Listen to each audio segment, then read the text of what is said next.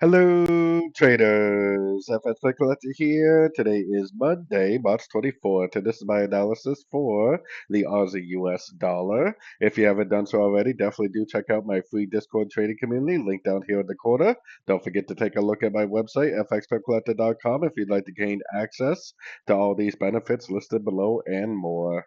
So, anyways, on the Aussie dollar, we definitely have been drifting up pretty decently so far this week. It is only Monday, obviously.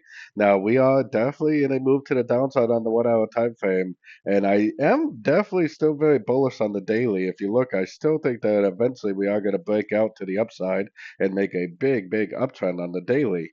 But going back down to the 1 hour time frame, we cannot deny that this is lower high, lower high, lower high, lower high.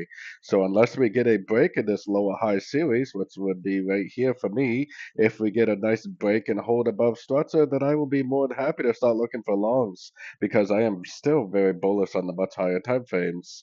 But to me, I still think there's a better chance that we're going to go down and clearly break this low right here. And the channel that I have on the daily time frame is also right in that area right there.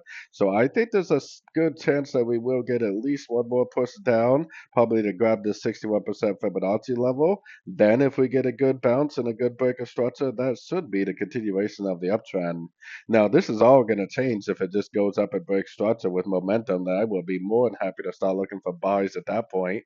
But I think it's more likely we probably will get at least one more push down to the 61, maybe even the 78% before we actually do get that bigger push to the upside, potentially for the continuation of that daily, weekly time frame move to the upside that we are expecting. So anyways, don't forget to like and subscribe. And as always, thank you for watching and happy trading.